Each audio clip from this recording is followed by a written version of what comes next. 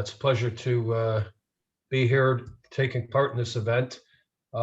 Just maybe addressing the last questions we had there about how much vanadium might be used in VRB systems. It's helpful to look back at the Vanatech data on vanadium consumption.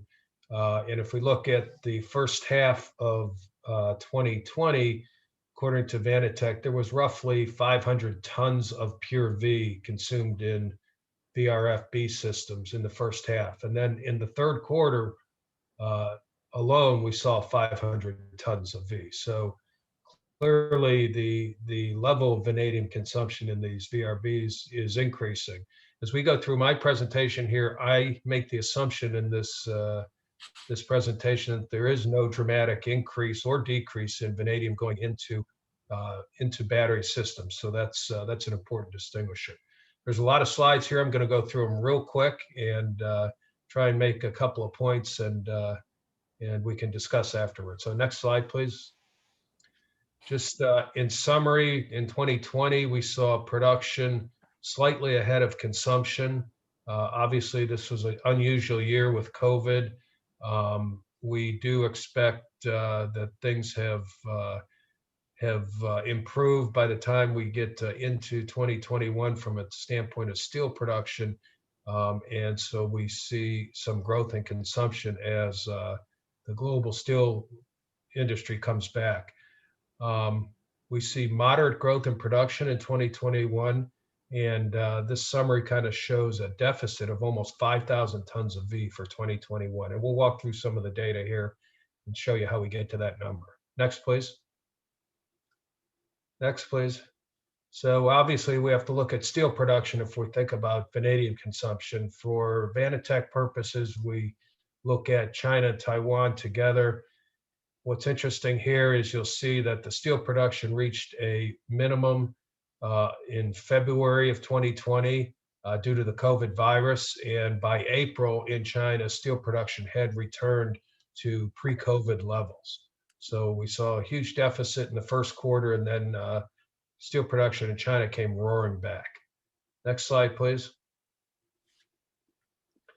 If we look at vanadium production and consumption on a quarterly basis here for China and Taiwan, you see this large gap between production and consumption that typically occurs, and the world needs those Chinese exports to maintain a balanced market. What you see in the second quarter of 2020 here is those lines coming very close to each other. And as we look at some of the import-export data, we're going to see that situation has affected China's ability to export vanadium. We show in the fourth quarter here our forecast that both production and consumption will drop slightly, but we still will have a surplus of production over consumption in the fourth quarter of 2020 in China. Next, please. If we look outside of China, this curve looks similar in shape to the Chinese curve, but the timing is different. You'll see that outside of China, steel production reached a low point in April as compared to February in China. And it took much longer for the steel production in the West to recover. I think we can see just now in the fourth quarter, steel production is back approaching the levels we saw in 2020. Next slide, please. So outside of China, we see vanadium consumption took a massive drop in the second quarter as a result of the decrease in steel production.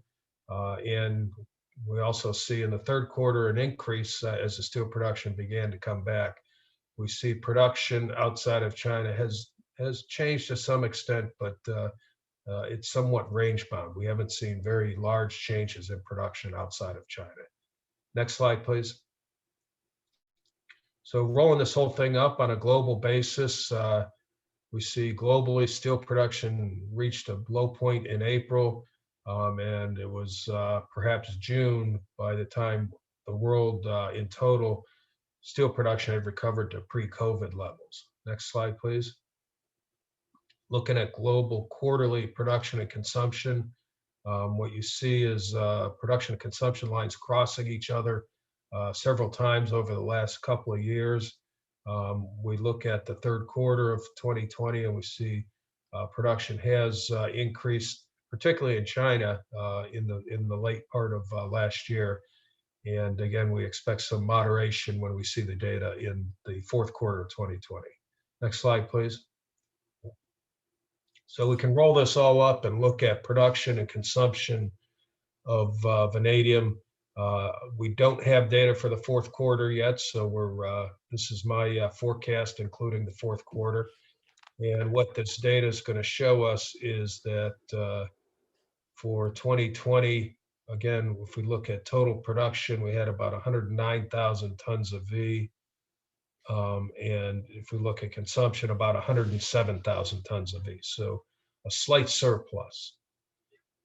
Next slide, please. Now let's look at 2021 and what we expect to see here. My forecast says steel production for 2020 of 1.7 billion tons of steel. Again, we don't have data for December yet for actual steel production, but I think the actual level might be slightly above that level. And according to World Steel, we're going to see some very moderate increases in steel production going forward. So that's the assumptions based into this forecast. Next slide, please. Based on this forecast, we would expect to see in China production of vanadium in 2021. I expect to see 74,000 tons of V. That's an increase from 2020, but it's roughly equal to the production rate that we saw in the fourth quarter of 2020 in China. Consumption, you can see I'm forecasting a fairly significant increase in consumption. Again, I'm not forecasting any changes in the energy storage sector, but this is basically a function of what's going on in the rebar market as we see more and more of the rebar being produced in China containing steel as we go forward in time. And implementation of the new standard is becoming more fully adopted. Next slide, please. Outside of China and Taiwan, we do expect to see consumption of vanadium increase dramatically from 2020 to 2021 as the steel production has recovered from COVID. And so we should see consumption returning to historical levels. In the meantime, production outside of China will continue to be very range bound in the short term. There's no projects coming online, and to the extent people can produce, they are producing today. The production of vanadium is really constrained by the availability of economically viable raw materials. And we don't see that picture changing significantly in the short term. Next slide, please. And here we kind of roll up production and consumption. And this forecast, as the second slide showed us, shows that if all of this comes true, we're going to see a consumption of vanadium outstrip production by about 5,000 tons of V in 2021. Next slide, please. This slide looks at specific vanadium consumption, that is kilos of V consumed per ton of steel produced.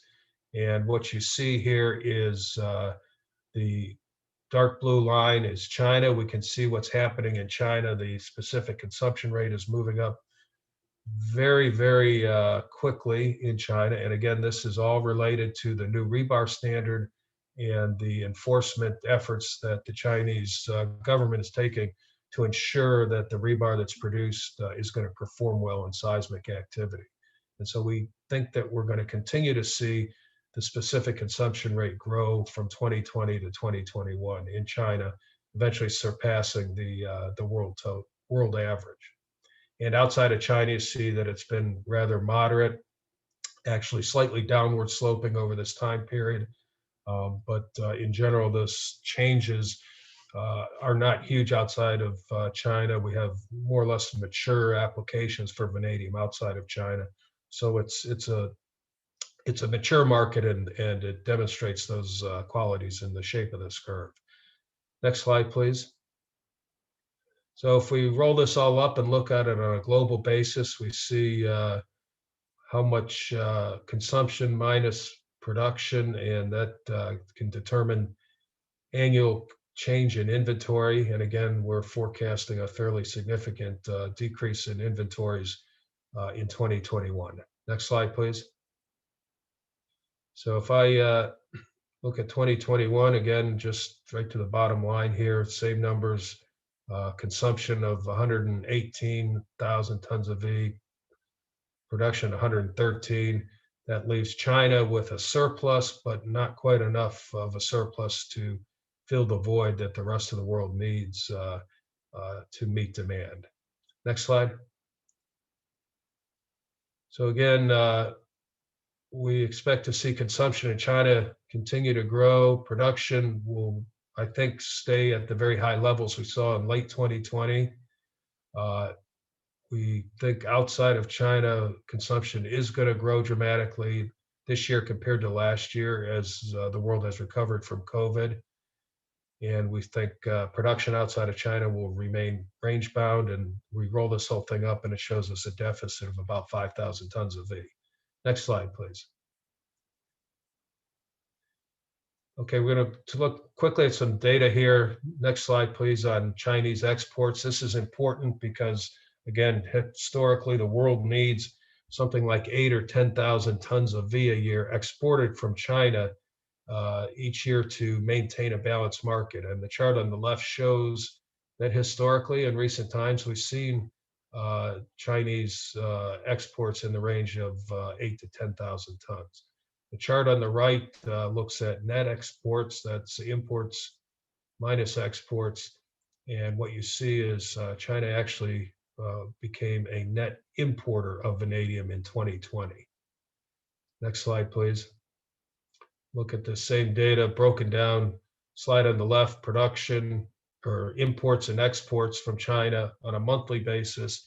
And you can see this trend where imports into China grew significantly from the second half of 2019. And on the right side, the net imports, you can see really from June onward, China has been a fairly significant net importer of vanadium. Next slide, please. So again, historically, we need about 8 or 10,000 tons exported from China each year. We see that's not happening right now. The Chinese consumption is moving up, and the market is quite lively. In the West, we've seen a soft market this year in the middle due to COVID, and that caused people to start moving material to China where there was demand. And so we can kind of see how the world situation affected the change in trade. Next slide, please. Okay, let's just flip through these slides, John. This is Chinese rebar. Production is at a very good level. We can keep going here relative to what we've seen in the past. 243 million tons of rebar last year. We think it's going to be similar this year. Inventories are back in line after surging. Next slide, please. The rebar profitability of the rebar mills is something we keep an eye on. The very high iron ore prices are impacting that now. This slide's interesting. You see the vanadium carbonitride consumption moving up very significantly from 2018 to 2019.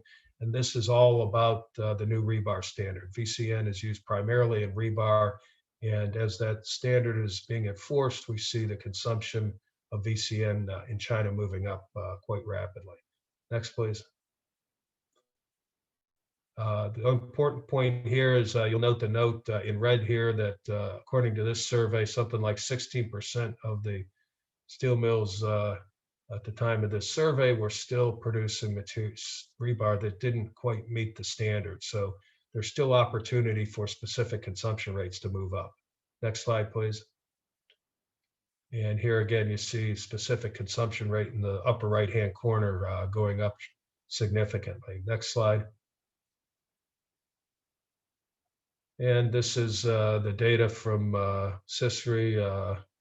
And what we see here again is very strong growth in high-strength rebar production, eliminating grade 2 and moving towards grade 3, 4, and 5. And of course, that has a very strong impact on the amount of vanadium consumed. Next slide, please.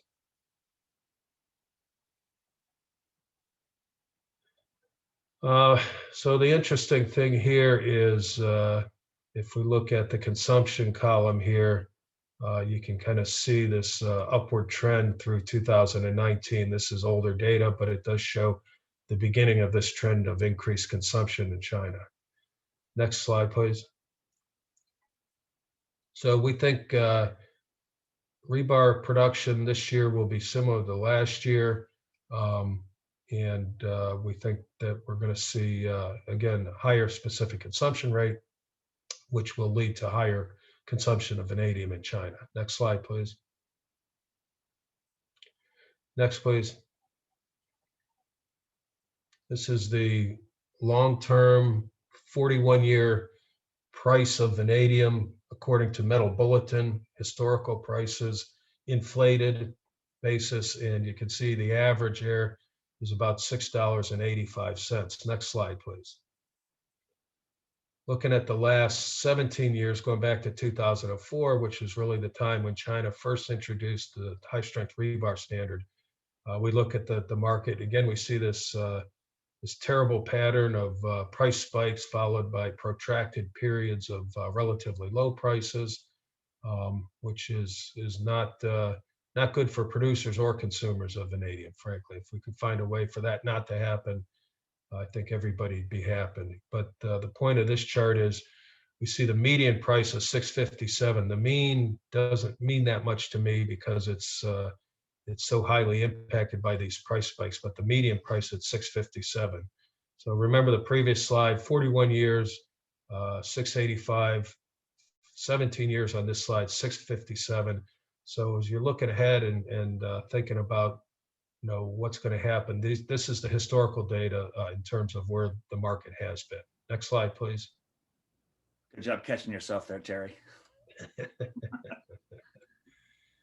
And this is that same data, only inflated. And on an inflated basis, then we see this mean in the last 17 years of $7.24. Again, that number is impacted by a couple of very, very high price spikes that hopefully won't be experienced in the future. Next slide.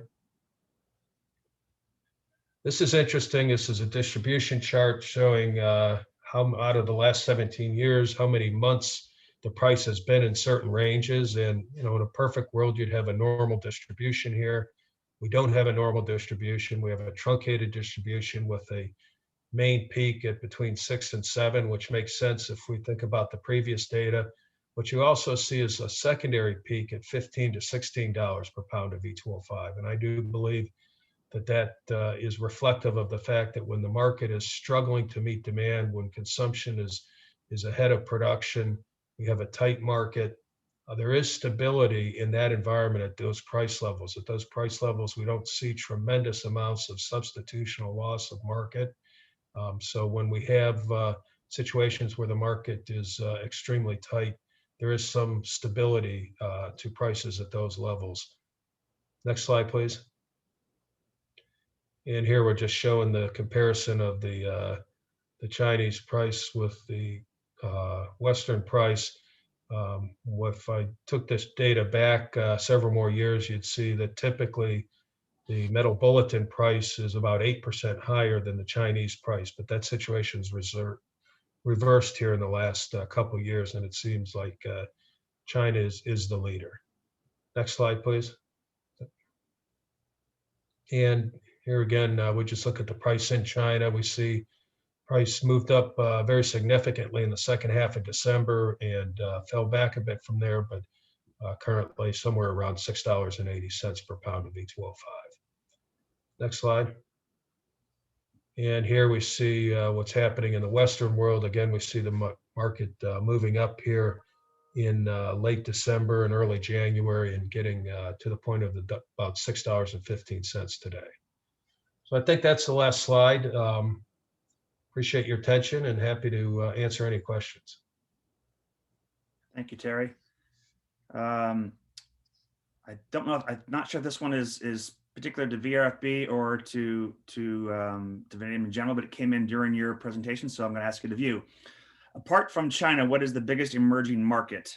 I think this is a VRFB question, but so maybe you can try to get some thoughts on that one, Terry. Yeah, I guess if we're talking about VRB, obviously China's where most of the action is, but the country of California is getting quite interesting now as well. We're seeing a number of systems coming in, particularly here in Southern California, where they've got some serious issues with stability in the grid, and they've uh, asked or they've mandated that some long duration storage be put in and evaluated.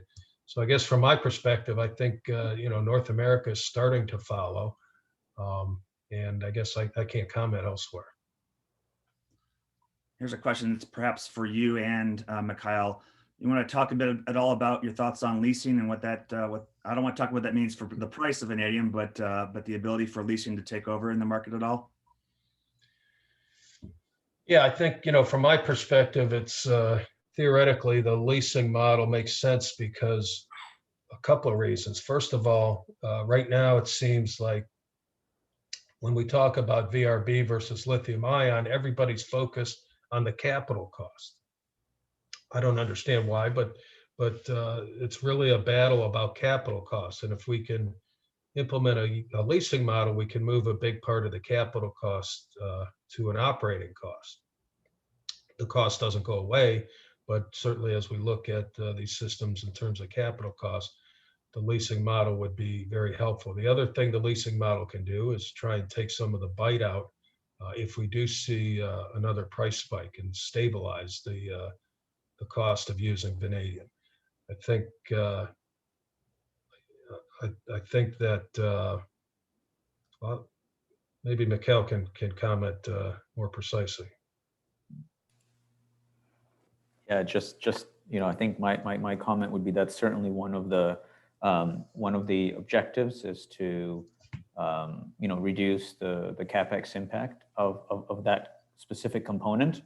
There are actually a lot of other benefits as well.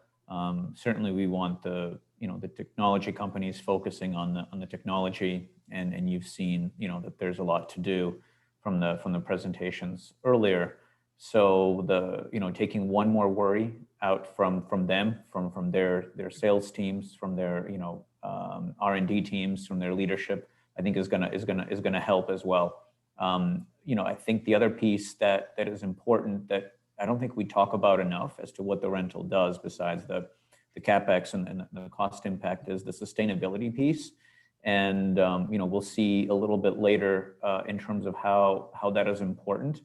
And if we're guaranteeing from day one that vanadium is going to be reused, whether as electrolyte or as oxide or ferrovanadium, that in itself is also quite important. So I think we just need to realize that the benefit of leasing extends beyond just the cost impact, even though and the volatility impact, even though that was the kind of the major motivator.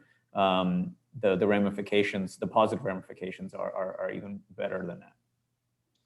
Yeah, and I guess I'd comment that why you might ask why hasn't the leasing model really just exploded and taken off, particularly in light of what we've seen historically with the vanadium market.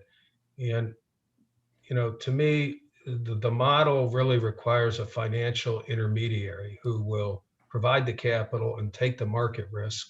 And it's much akin to how the investment banks work with platinum and the oil refineries. Platinum's a catalyst that is used in the oil refineries, just like vanadium in the battery. It doesn't get consumed; it just catalyzes the reactions. And people like Goldman Sachs understand the market. They understand the application. They can provide the capital and take the market risk and make a profit playing that game. But when you go and talk to those guys about a flow battery, vanadium flow battery, their eyes start glassing over a bit. They have a hard time understanding the technology. They have a hard time understanding the market. And so I think it's difficult for them to understand how it makes sense to take on the risk. So this is something we need to keep working on. Hey, Terry, one more quick question for you. There was a question in the Q&A which asked about potential Saudi secondary production. They asked for the impact on price, and obviously you can't talk about that, but could you talk about what the potential Saudi secondary production will have on supply of vanadium over the next 5-10 years? Yeah, I think even, more generally than just Saudi, on a global basis, there's interesting uh, things going on. The International Maritime Organization has changed the specification for bunker fuel. This is the fuel that seagoing vessels use. And they've reduced the sulfur content of the bunker fuel by an order of magnitude.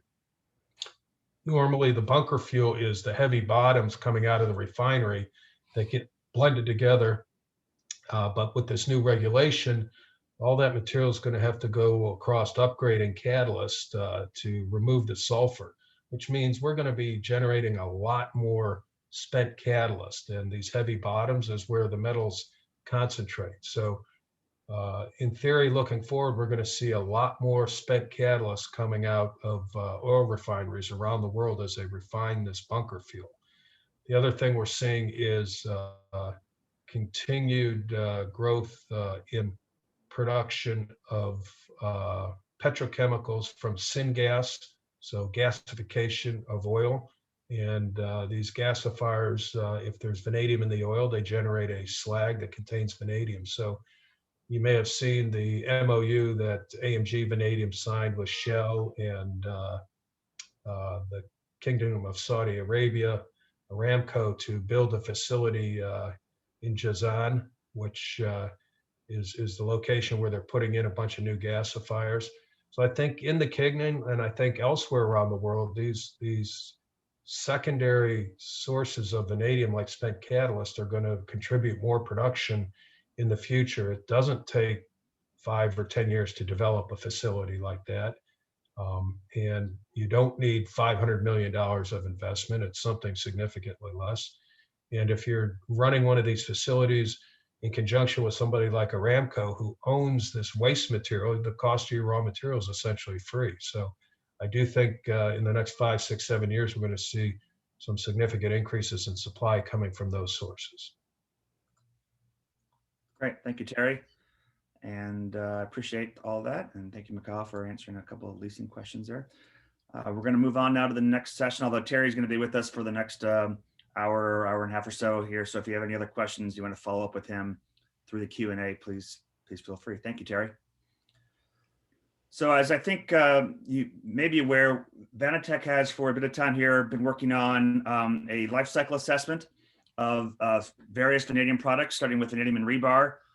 We moved that on to a look at vanadium in the VRFB specifically. And so I've got David Santos from Texas A&M here today to